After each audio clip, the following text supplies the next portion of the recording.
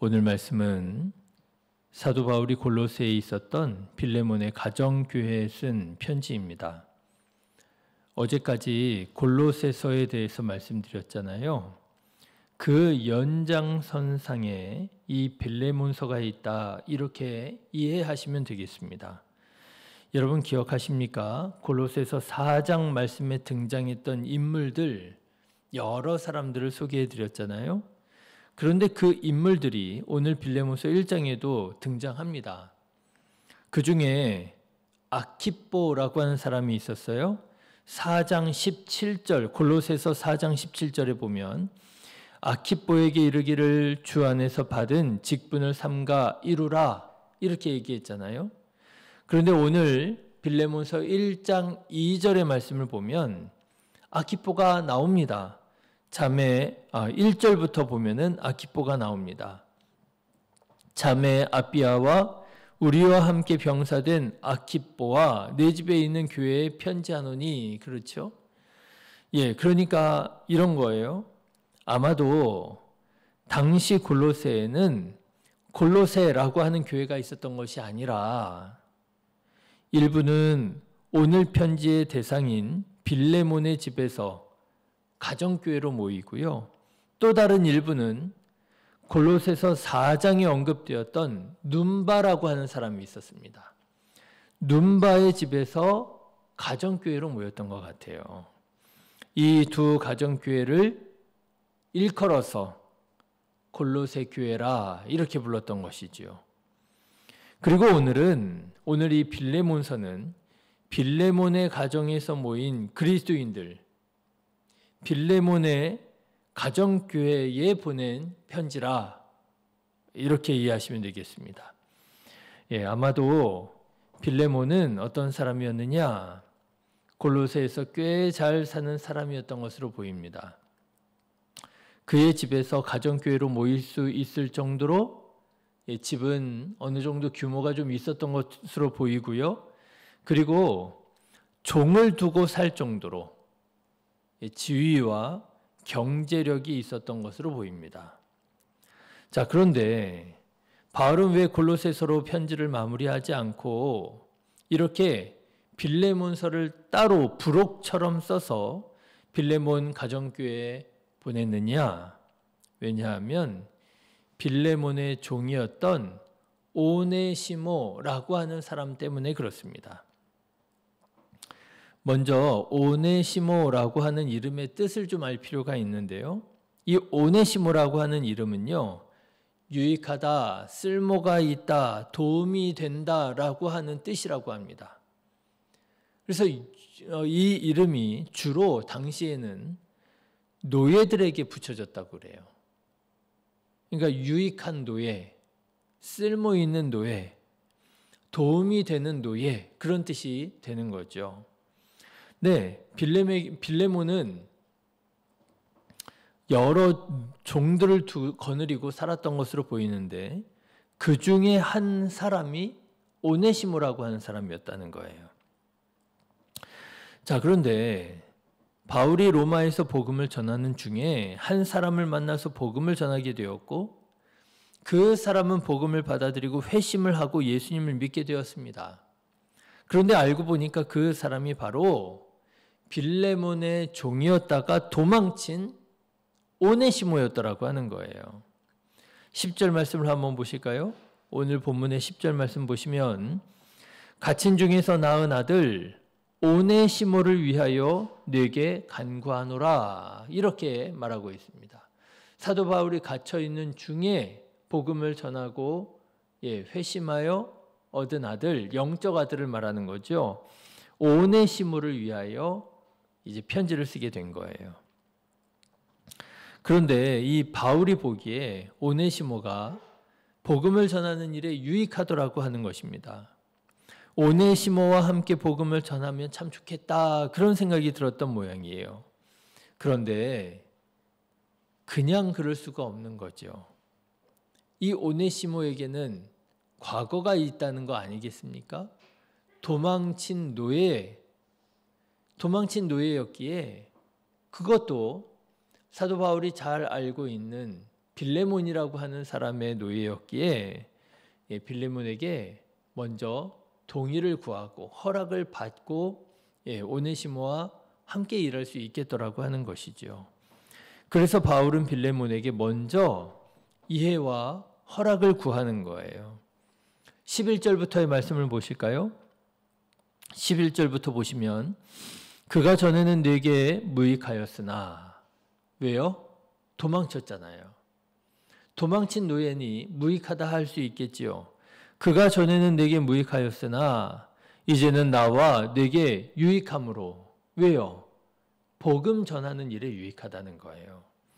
내게 그를 돌려보내노니 그는 내 신복이라 그를 내게 머물러 있게 하여 내 복음을 위하여 갇힌 중에서 내 대신 나를 섬기게 하고자 하나 다만 내 승낙이 없이는 내가 아무것도 하기를 원하지 아니하노니 이는 너의 선한 일이 억지같이 되지 아니하고 자의로 되게 하려 함이라. 사도 바울이 빌레몬의 이해를 구하고 승낙을 구하고 있는 거예요.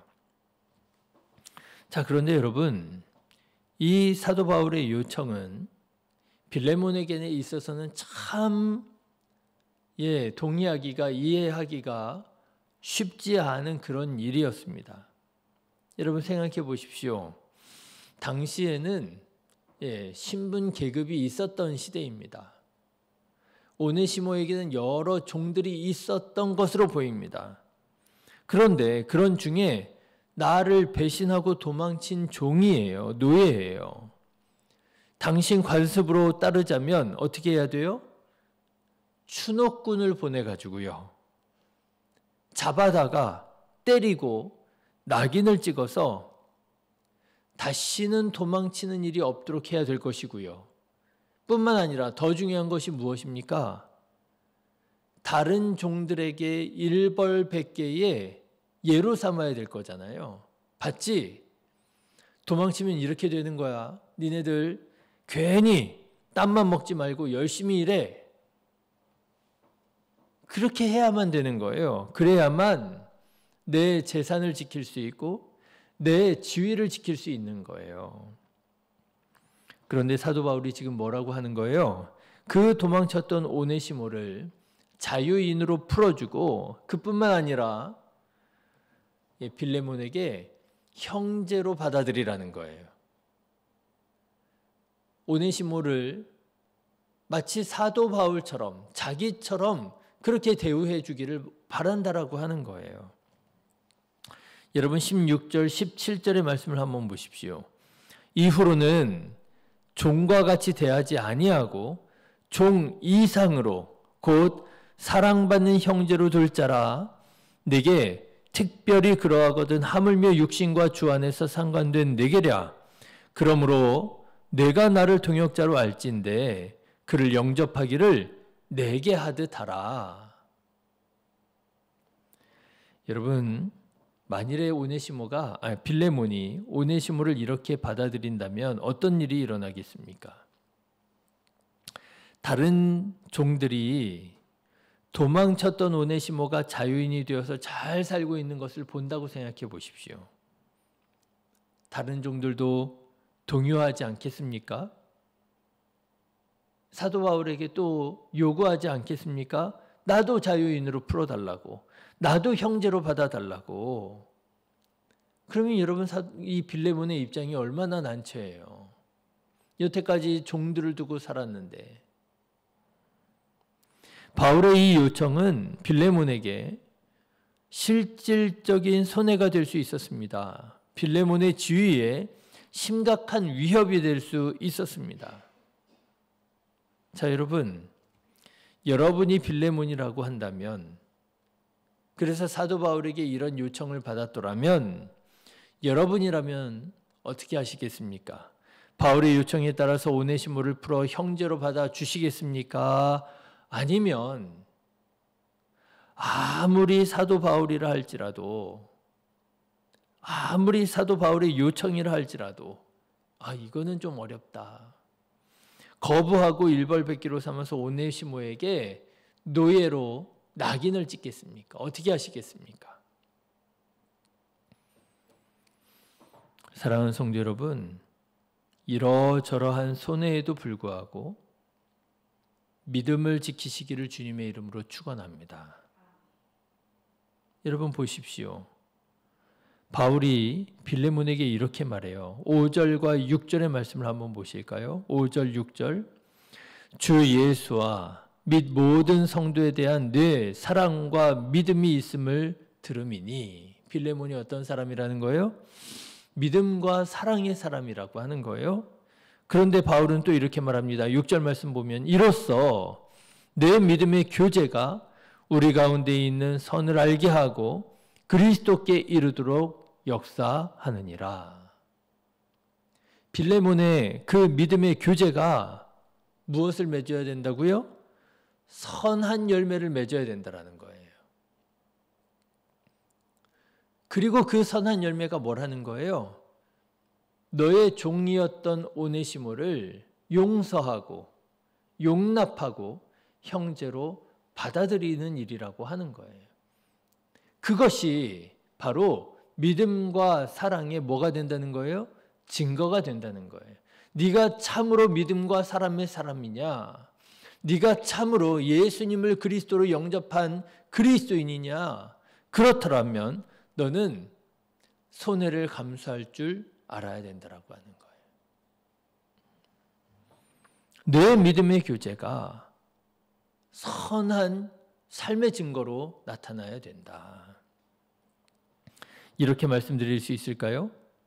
우리 믿음이 가짜가 아니라 진짜라고 하는 증거가 되어야 된다라고 하는 거예요. 그것은 뭐냐? 손해를 감수할 수 있을 때, 그때의 우리 믿음이 진짜라고 하는 증거가 된다라고 하는 거예요.